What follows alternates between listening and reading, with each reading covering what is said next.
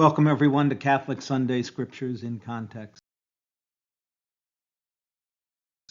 This is a ministry of the Augustinian Order and St. Paul Parish. Today we are focusing on the fifth Sunday in Ordinary Time, February 3rd, 4th, and I'm sure at many parishes they will have the blessing of throats this weekend, which fits in with the gospel because it's really about the healing ministry of Jesus. Our first reading comes from the book of Job, and as I'm sure you know, the book of Job was written to help figure out the problem of evil. Why do bad things happen to good people? And that's who Job is. He's a good person. And, his friends that you see sort of in this artistic rendering are saying to him, well, you must have done something wrong, because they believe that bad things happen to us for the sins and the offenses that we had. And that's, Job is saying, I've done the best I could, and, I don't know why these things are happening. So Job suggests that the good and innocent suffer, and not necessarily as a punishment for sin. That, in life there are vagaries that are inscrutable, and the only response is that we have to ask God to make something good and great from this evil. The world happens to us, and our only response to it is to be faithful.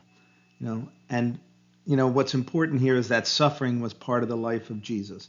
To ask God to end your suffering, I think God would say, hey, my own son suffered, so see if you can transform your suffering. And that's what Jesus did. The resurrection would have meant nothing if Jesus had not suffered.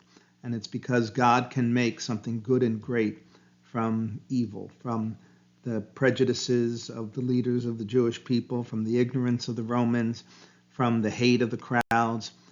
God made something great from that.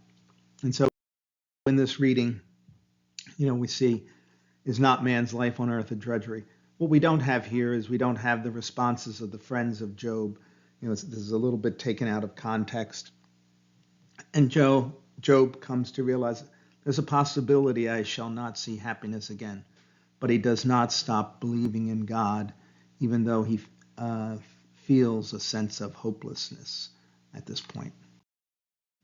Our second reading comes from the continuation of Paul's first letter to the Corinthians.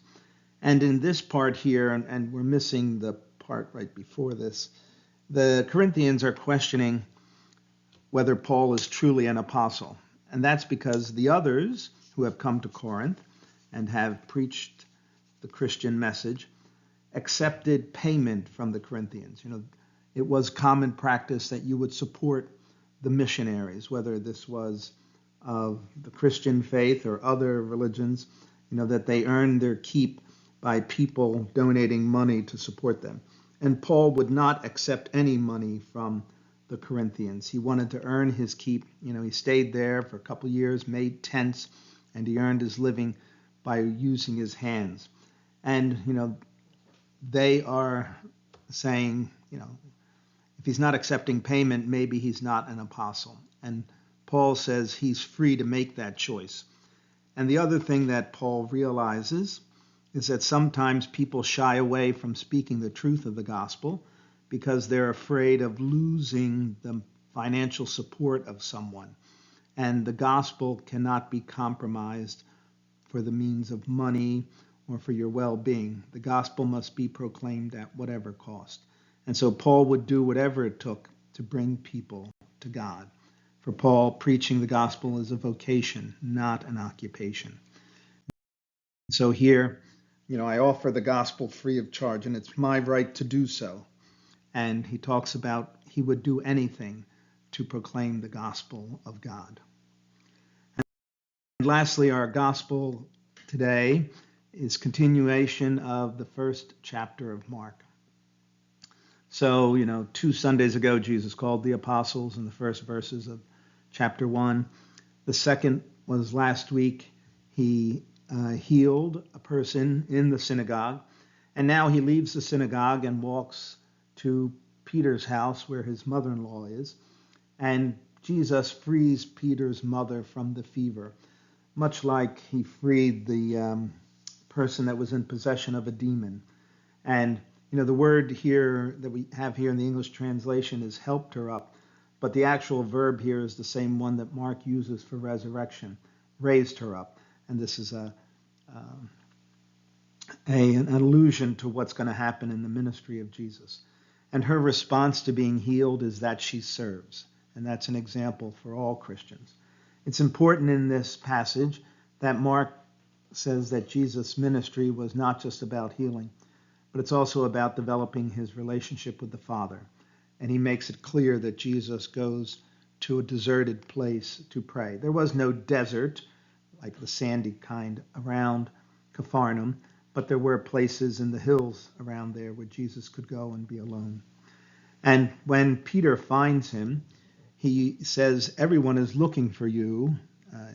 And the word that Mark uses here, which is very interesting, it's the only time it's used in the New Testament, is they went to track him down. It's the word for hunting. And, Peter wanted to take control of Jesus and have his healing power used for his own good. At least that's the implication here. And Jesus says, no, I will not be deterred from my mission. We must go to the other towns. And he talks about preaching and about healing. And one of the things that you'll see over and over again in the Gospel of Mark is that he did not want the demons to speak. And this is known as the messianic secret.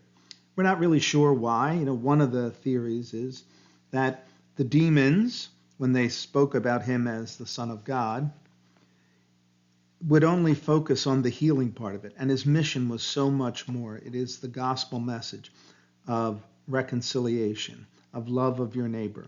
And if Jesus were only a healer, he would just be a doctor and not the Messiah.